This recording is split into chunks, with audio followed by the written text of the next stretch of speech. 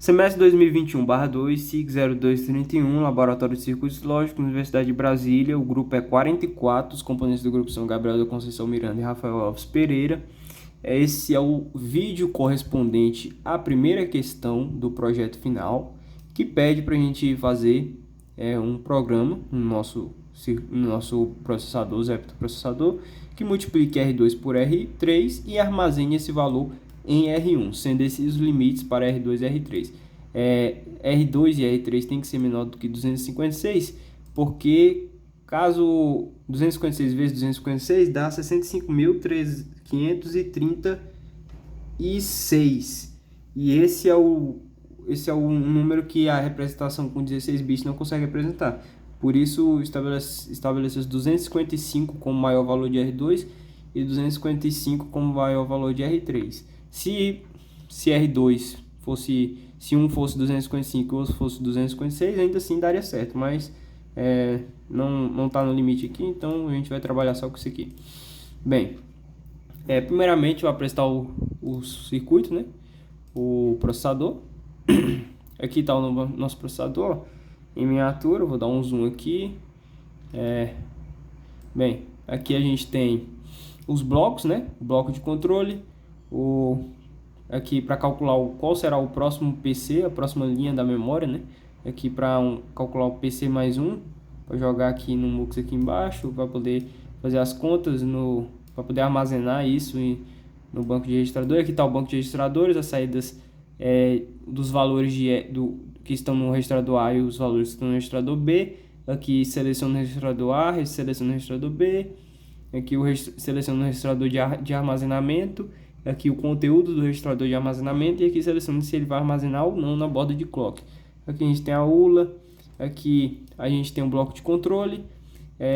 Aqui a gente tem um circuitinho que junto com esses MUX vão determinar qual será o próximo PC. Aqui as duas memórias. Aqui a gente tem o comparador e aqui com a entrada de SU, né, certo? Para poder saber se ele está comparando números com sinal ou sem sinal. Bem, é basicamente isso. E a gente tem os displays de acompanhamento. Aqui a gente tem o display para acompanhar o PC. Como o PC tem 10 dígitos, eu uso apenas 2 displays, certo? E como são 10 dígitos, aqui 2 displays dão 12 bits. Mas como são só 10 bits, na verdade, perdão, 10 dígitos não, 10 bits. Como são só 10 bits, então eu coloquei mais 2 aqui fixos em 0. Para poder variar esse aqui só de alguns números, não vai pegar todos os números. Aqui a gente tem os registradores A e B que estão selecionados aqui nas entradas. Aqui a gente tem o que aparece na nossa memória, que é o 4 displays para o imediato. Aqui é a seleção do registrador, ou seja, esse valor aqui, por exemplo, do registrador, seleção do A, seleção do B. A seleção não é o conteúdo, a seleção do registrador A, seleção do registrador B. O conteúdo aparece aqui nesses outros dois. E o registrador D e o operador. Qual é a operação que foi selecionada? Então esse aqui vai seguir de acordo com a memória. Aqui a gente tem o professor falou que pode ser um clock manual ou um clock automático. Eu coloquei um MUX aqui para selecionar, porque às vezes eu preciso debugar, então eu uso o manual para debugar. Às vezes eu quero fazer um processamento rápido, então eu uso o automático, para não ter que ficar trocando toda hora e salvando circuito diferente. Aqui o reset síncrono. Se fosse um assíncrono, você pode ver que na hora do funcionamento do circuito vai dar alguns warnings aqui embaixo, justamente por ele ser síncrono, porque no primeiro sinal de clock, esse operador aqui está indefinido, por causa que é síncrono, então só vai resetar no próximo board clock. Então antes da primeira board clock vai estar indefinido e consequentemente todas essas saídas aqui vão estar indefinidas, então vai dar alguns warnings de indefinição. Então é isso, o funcionamento do nosso circuito. Eu já escrevi o programa aqui, eu vou explicar um pouco sobre o programa agora.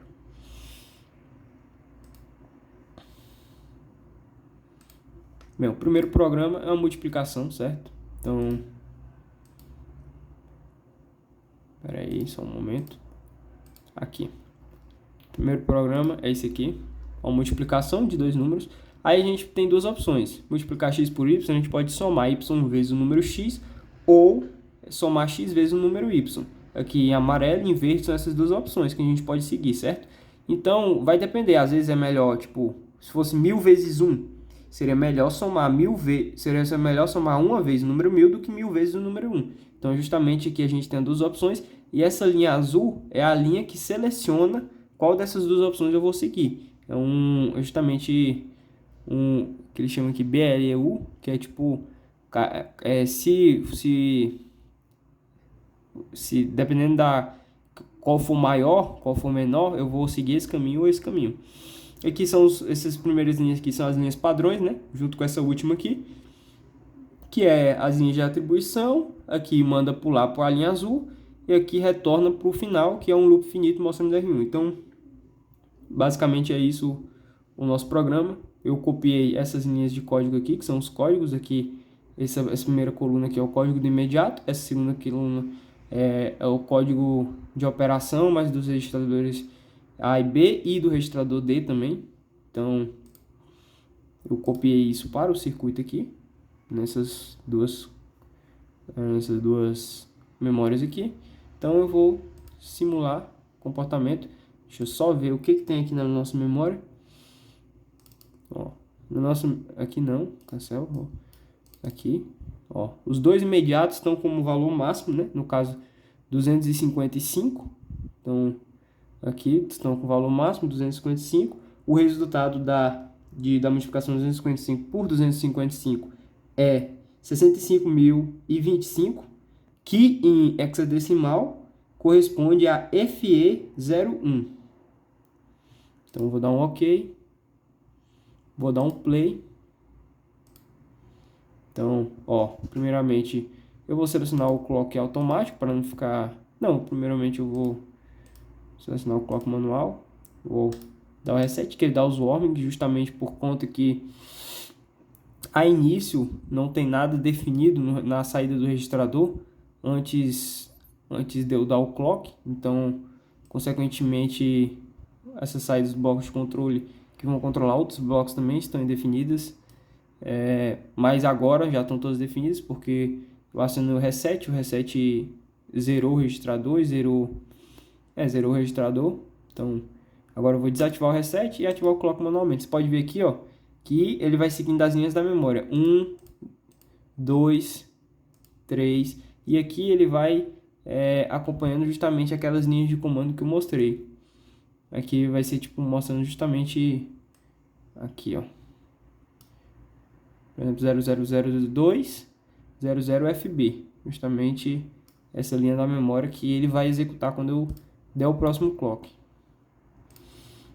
Então, vou dar o próximo clock.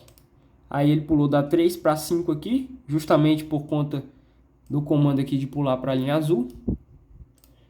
E aí, assim sucessivamente, eu vou... Para não se estender muito, eu vou ativar o clock automático aqui. E vou ligar aqui, ele vai calculando. E ele calcula FE01, que é justamente 65.025 em hexadecimal.